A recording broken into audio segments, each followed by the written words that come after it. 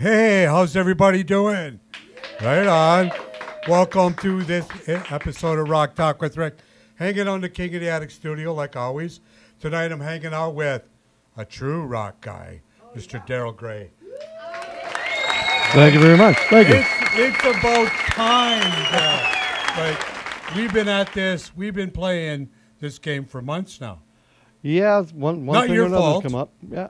And not our fault because, everybody went through, everybody's sick like all hell. Thanks to, I think, Robbie Gogo gave it all to us.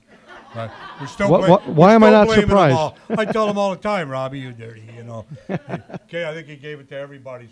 Spread the love. Thank you, Robbie. So, how you doing? I'm good. Yourself? I'm good, man. Thank you for coming to the King of the Attic studio where the heat is getting hotter by the second. Sitting in here tonight, right? Yeah, it's fine. It's not bad. You're used to it? I'm used to it, yeah. You're used to it?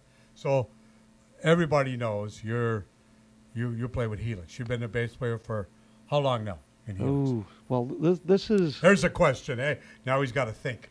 No, I joined in January 1984, so this is, apart from a hiatus in the early 2000s, it's been 40 years. Wow. And right on, man. Like that dude, that's like a lifetime. And it's the band's 50th anniversary this year. That's good. And I shared it. That's right. Because other people jumped on the bandwagon. I'm jumping on the bandwagon to it at Rock Talk with Rick. We have to get Helix on the Canada Walk of Fame, baby. Yeah. They need to be inducted, and there's no BS about it right there. Really. Like, come on. If you people don't think so, you're all nuts. Right? Thank you very much. Should be there, right? You're right. No, I'm serious. You guys have kicked the canner back and forth across this country many times. Well, not just this country. No, worldwide, right? Worldwide, yeah. Yeah. So what's in speaking of Helix, what's in the plans for Helix this summer? Well, by the time this airs, would be June. Will be in June. But as of today, I leave for Chicago on Thursday. We have a show just outside Chicago with our old friends Honeymoon Suite. Then next week we're in Edmonton with. I seen that. Yeah, I seen that on the. With Aldo Nova. Yeah. Life is just a fantasy. Yeah, that's pretty cool. And then I seen another one. You guys in Honeymoon Suite hooking up someplace. Yeah, that's the one just outside Chicago. Oh, they're just outside Chicago. Yeah. Okay. And then. We actually have a few unplugged shows coming up later on in the summer, in September. Where did I see that? Probably on my website. No, is that that's not at Maxwell's? Is that at Maxwell's? No. The one's at the theater in Blythe, Ontario. They're soft seat shows, like they're acoustic shows. Yeah. And so what, a couple thousand seater? Yeah. Yeah. One's a theater in Blythe, another one in Delhi at Capital 33, I think it's called. You guys are really all punching it out there, eh? Wow. But there's... You have a stage, we'll play on it. Yeah, well, hey, I got some curtains. Let's put on a show. There you go. Right? But it's cool, though, that these places are actually booking this kind of entertainment. There's a whole circuit of them, apparently, really? that there's a lot of artists that are tapping into that. And you got to understand, like, the band's been around for 50 years. Yes. So anybody that was following the band when it started in 74, how old are they now? Do they want to go out to a club and get their face melted off? Well, a lot of them still do. And so we do the full-on rock melt your face show. But a few years back, we put out an album called Smash Hits Unplugged. Yes. Which was acoustic versions of the songs. And by acoustic versions, I don't mean we just took the song and did the exact same thing, but with acoustic guitars. Yeah. We made interesting other versions, alternate changed them up, textures yes. for like we added things like a banjo, fiddle. I don't think there were any drums on the whole album. We did things like for a snare drum, we'd slap the back of the guitar. That's insane, right? Improvisation. Yeah. Yes. So doing an unplugged show isn't anything new for us, and something you got to remember: most good songs you can play on an acoustic guitar anyway. But do you like the unplugged stuff? Oh yeah. Like, I play so what do you unplugged play? Do you all play the like time. acoustic bass or something? I got a big old Fender Kingman. Kingsman. Yeah. I have one too. Yeah. I have a Kingsman too. Oh, Yeah. careful. Man, the Kingsman. You got more metal there. It'll open up a vein. Yeah. Right? Yeah, Kingsman. No, they're great, man. Great. I right place at the right time. The old Austin X store on corner of St. Paul there. Yep, the old Austin X. I went in for a set of strings, left the wife in the car, walked out half an hour. Walked good for out. you, Daryl. Yeah. You're lucky. You wouldn't have got that Kingsman. Walked out half an hour later with the bass. What happened? It had come in. It hadn't even made it to the floor yet. It was still being set up, and the price tag was on it. And I said, "Do you mind if I take a look?" What did you say to her? I said, "This a couple loaves I of bread in here?" I couldn't turn it down, baby. Couldn't turn it down. And how many times did she heard that? Brad, or whatever his name was, had carved his name into the pick guard. Oh, yes. So they had it off for $200. I went, play. I'll take it. Yeah. And Rick, Austin X, said, if you hadn't bought it, I was going to buy it at the end of the day. Oh, so you're lucky you took it then. Ripped the pick guard off, bought one on online for like $12, and they sell for like $700-800 now. So that's crazy. Another thing I was asking, because I was talking to you before the show, like I remember Daryl back in the Tracy Kane. That's the first time I came upon Daryl, was in the Tracy Kane days. Yep. Like Chris was saying, I think we see. I'm pretty sure that I was with Chris, and we seen you in a club in St. Catharines. I'm pretty sure, Chris, you might be on the money on that one. Pine Hotel in Thorold. Yeah, Pine Hotel in Thorold. It might have been that. The round one. Okay. Yeah. Oh, there we go. It might have been there. We seen you, and then after that, well, you said before that there was another band. I joined a band called Anthem. Anthem. Which I remember that name too. Dan Diggins, Dan Diggins, yeah. There's a guy been around for forever. Dan and I reconnected year and a half or so ago, or actually about 2 years ago now, and so he's been playing with me with Scurvy Dogs for the trio, yeah, as one of our alternating guitar players, but it's really Dan does most of it. Great guitar player. Yeah, and Gilles Grollo was the other guitar player in Anthem. Mario Musso was the drummer, and they had a bass player and a singer who were being fired. Long story, my buddy Jack Mink. Yeah, Jack Mink. Everybody knows Jack. Yeah. Soundman had to get his wisdom teeth out, and he needed somebody to fill in on sound for this band that was going up to Thunder Bay. I said, yeah, I'll do it. So this first week we're playing the Star Motel in Blind River, and the two guys are we're in trouble. The two guys are in one room, and all the rest of the band's all crammed into the other with me. And they're going, well, what about this guy? Oh, I don't know. I think he's already in the band. Well, what about that guy? He doesn't sing. What about that guy? And I'm going, I play. I sing. You know, yeah, right, kid, shut up. The next week we were in Schreiber, right up on the lakehead. The two guys that were being let go, went to climb a mountain. And while they were gone, the band took me downstairs. We ran over a couple of songs, and I went, okay, we got a matinee next week in Thunder Bay. You get up and play the matinee. So I got up and played the matinee. At the end of the night, they said, by the way, you got the gig. There we go. So we came back down. You guys are still skiing. The other guys were released, and we went directly into rehearsal for a week, and then I was on the road with Anthem. Anthem then turned into Tracy Kane. And then I was with that was 78 was Anthem. Well, you did an album with Tracy Kane. We did. We have just one album, right? Yep. Yeah. Just one album, which is collectors. I heard these days trying to get one's like Hit me up on Facebook. I got a couple left. Oh, there you go. There you go. Yeah. Not cheap either, trust me. But yeah, so that was a great band. And then I left in '83. Started another band called Nightline, which was only around for about 4 months, but it was doing really, really well. But our management company, we were with the same management company as Helix. And our management company, the secretary came out and said, by the way, Bill Sipe, who was our manager, who was on tour with Helix opening for Kiss in Europe, said, Helix is looking for a new bass player. What year was this? That would have been the end of '83. Wow, eh? Wow. He said he wants you to try out. Now, it's not, you don't have the gig.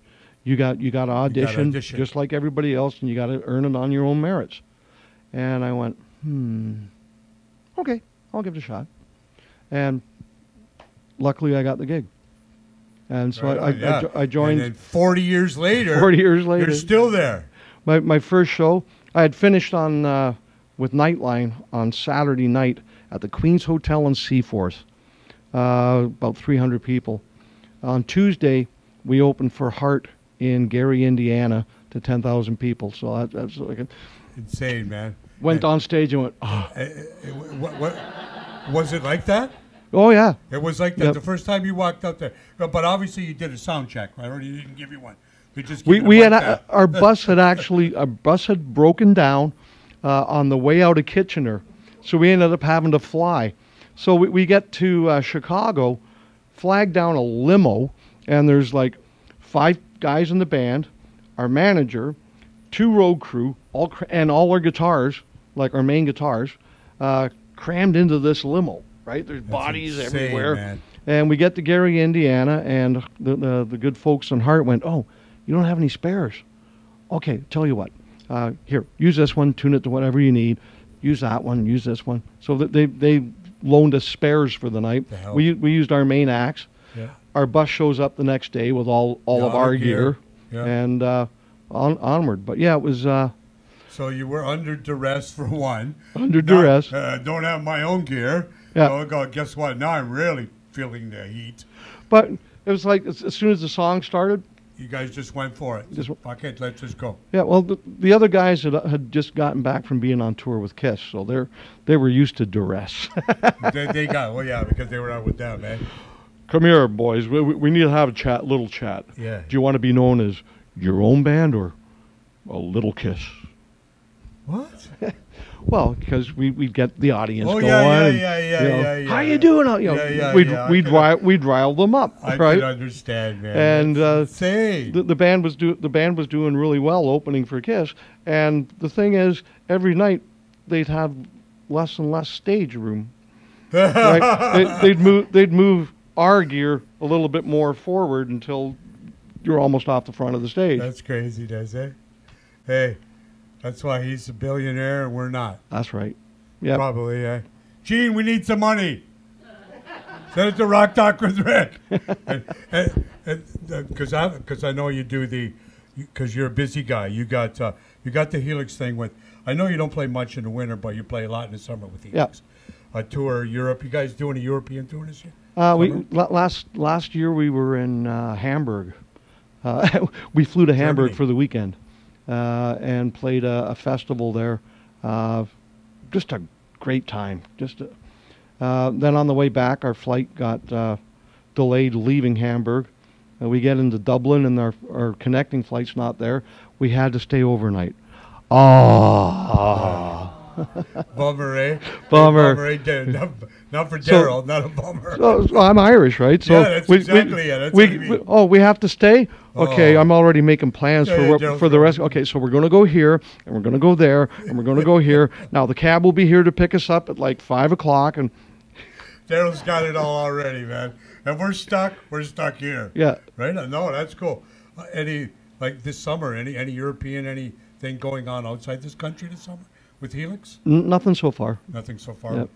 Something will probably come down the pipe. It usually does, right? Usually does. Usually does. And I know you're doing the Scurvy Dogs. There's some rumors, innuendos, and things left unsaid that I can't talk about yet. Twice tonight I'm getting nailed for this. It's all right, Noah. The cat's in the bag, and I can't let it out. No, when you let it out, let us know. Yep, we'll do. We'll share it. Yeah, definitely. Anything else you want to talk about while I got you here tonight? Well, Niagara residents can check out Scurvy Dogs. Where do they go for that? Well, the best place to look up our dates is on my Facebook page. I post every week where we are or where I am, because I also do a lot of solo shows, solo acoustic shows. I know, you're everywhere, man. And Scurvy Dogs, that band's been around since 1990 as Yeah, well. I know, that's, yeah. So, and you guys so play a that's what variety our of stuff. 34th year now. And so you're a professional musician. that's what I do. That's what you do. Yeah. Yeah, and you know what? If you're a musician, that's what you should be doing. Yeah. Right? It's actually a lot fun, I say funner, all right, as you get older, though. Not in the way of lifting gear and all that BS. That's never been fun. No, that's never been fun. But the side of it where you feel a little bit more comfortable, stuff like that comes with age. Yeah, you get comfortable in your own skin. Yeah. You get to know what you're good at, and it's still fun to challenge. Oh yeah, yes. But it's like, for instance, my solo shows. I do a lot of Celtic shows. In fact, I've got one coming up. The Irish. So you got to learn those tunes. Well, I'm Irish. It doesn't matter. Daryl says I'm Irish. I'm Irish. The Niagara Irish Festival coming up this summer. I'm playing at that. Oh, that'll be good. That'll be cool. As I said, Daryl Gray on Facebook. All Scurvy Dogs, Two Dogs, which is the Scurvy Dogs duo. My own solo shows or the Celtic shows. They're all posted on there every week. So there, you go there and you can check out everything Daryl's got to do with Daryl. Yeah, and that's Daryl, Daryl, yeah. Gray. Yeah. That's hilarious. Hey, I'm surprised you got a Tuesday off. It could actually come to the show. Well, normally my Tuesdays are my day off. Oh, see. It's strictly enforced by my good wife over here. Yes. Because it's always good to have one of those. If she didn't enforce that I took one day a week off, I would just work constantly. And playing some place at some club. Work myself into an early grave. Yeah. And so, it's like Tuesday, Daryl, you're down. Take time to mellow. And Tuesday's generally the quietest night of the week. I teach on Mondays and I teach on Wednesdays. And that's because Tuesday's the day off. Yes, and you're a teacher too. You have your own. Tell my friends about this. How do they can get a hold of you? Because you teach guitar, bass, and vocal. And vocal. Excuse me. Yep. So guitar, bass, and vocal. Then Yep. come to you. Yeah, and same thing. Daryl Gray on Facebook. Send me a message. There. It's all there. Just go there and you can catch Daryl. Right? Spell it right though. Also have a project studio called the Doghouse. The Doghouse Studio. Yes, Yeah. I seen you. We've actually done a couple of Helix albums there. I'm working on a couple of other tracks currently, acoustic tracks. I've done a country album there for another artist called GM Patterson. Oh, that's cool. He's actually going by GM Blacktop now. Oh, really? And I've seen that name. Yep. Yeah. I got 2 songs to finish off for him right now. Cool. And I've done a whole bunch of other recordings. A couple songs for this guy, a couple songs for that guy. So you're always busy. Always busy. So you have to have a day that the wife says, Daryl, sit the hell down and relax. Yep. She basically nails my foot to the floor, and I'm. Hey, yeah. That's why you got those nail holes in your shoes. I understand the concept now, right? Yeah. I want to thank you for being on the show, Daryl. Thank My you very pleasure. much. Thanks for having me. It's when Kimmy told me that she booked you a long time ago. I've been waiting months to get you on the show. And finally, because usually she doesn't tell me who's on the show till the week, like that Friday or so. Right. Because we're busy editing and doing other stuff. I don't really want to know. And then she told me you're on. I go, oh, right on. Hope it doesn't get canceled. hey, Kimmy said, who's going to cancel? It ain't going to be us, right?